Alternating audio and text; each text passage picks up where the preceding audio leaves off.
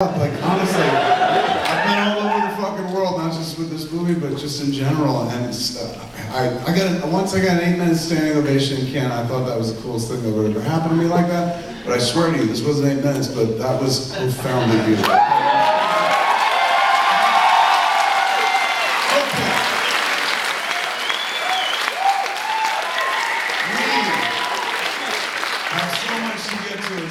Before we jump into it, I just wanted to share a few quick things with you. Jason Mewes, the guy who stands next to me in movies all the time, wanted to come, couldn't be here and stuff. So he's got a baby now, he's got a little kid. So yeah, so he didn't travel nearly as much. He fucking loves the kid and shit. It's so weird. He's pussy whipped by a child. I was texting with him before we came out, before I had to get picked up and stuff to come over. And this is the following text conversation I had with him. It ended like this. He goes, "Where are you at anyway?" I said, "I'm about to go on stage in Montreal." He goes, "Yeah? Game of Thrones, bitch."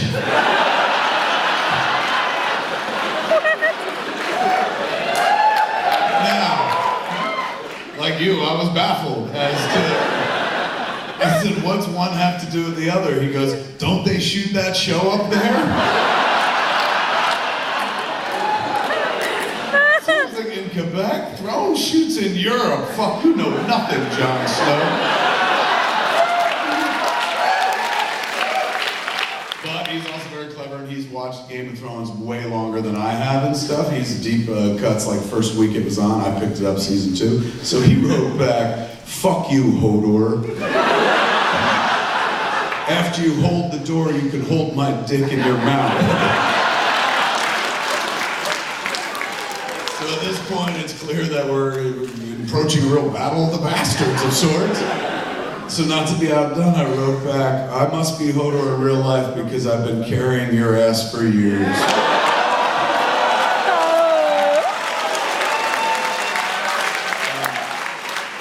It's an unfair fight because I am the writer of the two of us.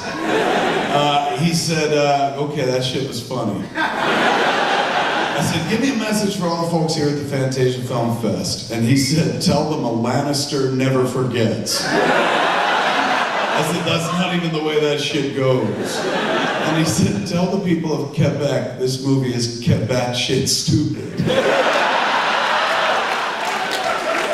Okay, he's not here, but I am here. And how we got here is kind of a little story just to set you up before we go on this journey, ladies and gentlemen. What you're about to see is what I intended to be a kid's movie. The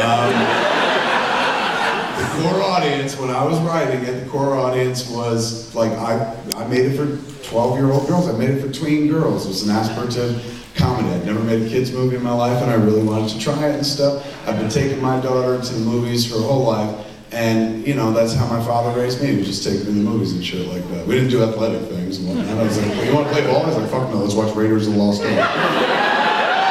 And so it turned me into that person. He never said, "Hey, go fucking make movies and shit." He just loved movies. Like, he worked a government job and hated it and shit, so movies were his escape. And so he used to take me with him because of his 3 kids, I was the one that loved movies the most. So when I had a kid, I started doing the same thing. I bring her to the movies with me all the time and shit. From the time Harley was little, she's about 3 months old, I took her to see Fight Club.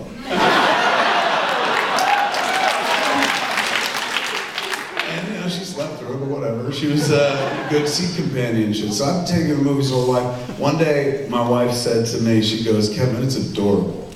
I said, "What?" She goes, "Well, you take her to these movies that you love and you think she loves them too." I was like, "Of course I think she loves them, they're awesome." She goes, "Kevin, you take her to see Iron Man and Batman and Superman and Spider-Man." She's like, "You sense a theme here?" I was like, "Yeah, they're all fucking tremendous." She's like, "They're for dudes. Like, there's nothing in there for a girl, man. Where's Iron Woman? Where's Batwoman and shit?" I was like, "Well, they got Pepper Potts." And they're like, "Oh, great, Iron Man has a girlfriend." "What's for her?" She's like, I was like, "She always loves that shit." She goes, "No, she loves you. And she likes to watch you watch those movies because they make you happy." But I felt bad because I'm like, shit, I drag her to shit that she just looks at and stares blankly at and goes, "Yeah, I guess that'd be cool if I was a boy," or some such shit.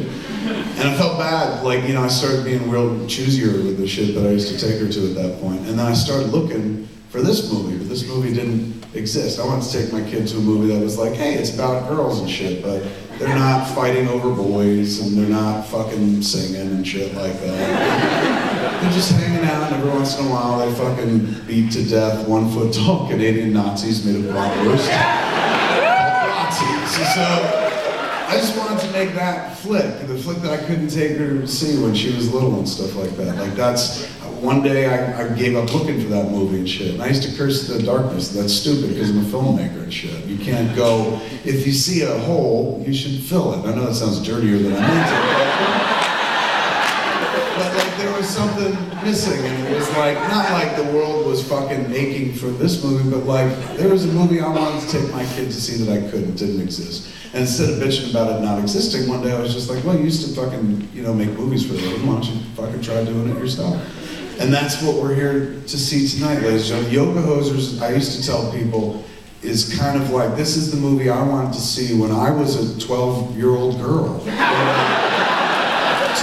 I was a middle-aged man to be able to realize it and stuff like that. And you know, I describe it as a mixture of Clueless meets Gremlins, and I've said that, and then people are like, fuck you, Gremlins is good. And so I changed it at one point to like, all right, it's like Clueless meets Critters instead. And then people are like, fuck you, Critters is good. And so lately I've been describing it as like, it's kind of like Clueless meets Ghoulies 3. Just way down the line. And now showing it here is kind of fucking thrilling because the movie has Quebec in it. Montreal is actually, there's a scene set in old Montreal. Now you won't recognize it because we shot it in Los Angeles. It just felt like after years of people coming up here and shooting your country and being like, this is Los Angeles, this is New York. I stayed in America, I was like, fuck you, it's Winnipeg. You know? On Hollywood Boulevard. So the movie has like, kind of like Tusk, you know, Tusk was a movie I made a few years ago based on this podcast that I've done. And basically, it was, when the story was created, that happened in England. Like the story kind of come out of England. There was a guy in Brighton, England who was offering a room to rent in his house for free. You could live in a mansion. You just had to stay out of his bedroom and his workshop. The only things he asked was that for 2 hours a day you dress up like a fucking walrus for the guy. And he would throw you fish and crabs, you try to eat it, and you couldn't talk like a human for 2 hours, you just had to bark like a walrus and shit. 2,000 people applied for the room in Brighton, England. 2,000 people like, fuck it, worth it, you know? So we heard about it, we did a podcast about it and stuff like that. And then from that podcast, I had this idea to make a movie, because I was like, fuck, I want to see that movie, man. Like, it'd be amazing to see a movie about a guy who turns another guy into a fucking walrus. Like, how come nobody's made that movie yet? I made it and found out why. Nobody found out. But I don't care. Some shit you don't make, you know, to further your career. I mean, that's the point of all this, honestly. Like, I never made anything to further my career in the beginning, and the shit that I did make to further my career usually blew up in my face. Like, how I got here in the first place was a long time ago when I was much younger and thinner. I wanted to see a movie that didn't exist. I used to come out of comedies with my friends and be like, that was funny, but how come nobody talks about the shit we talk about? Like, wouldn't it be amazing if that comedy, all they talked about was like pussy and Star Wars? Because that's what we talk about, but nobody sounds like we do in the movies and shit like that. And I would always come out of movies saying that. Most people go to the movies to escape. Like, well, man went to the movies because he didn't want to think about his fucking job and shit like that. I always went to the movies looking for myself, because I don't know who I am. I'm 45, I'm still trying to fucking figure it out. By the end of this movie, I'll be like, you're very confused. But I know I never figured out who the fuck I was sitting in a classroom. And I know I never figured out who the fuck I was sitting in a church. And I've done time in both institutions. Closest I ever figured out who I might be in this world was sitting in a movie theater, or sitting in front of a TV, or reading a book, or listening to music and shit. Arts is where I like to be and stuff.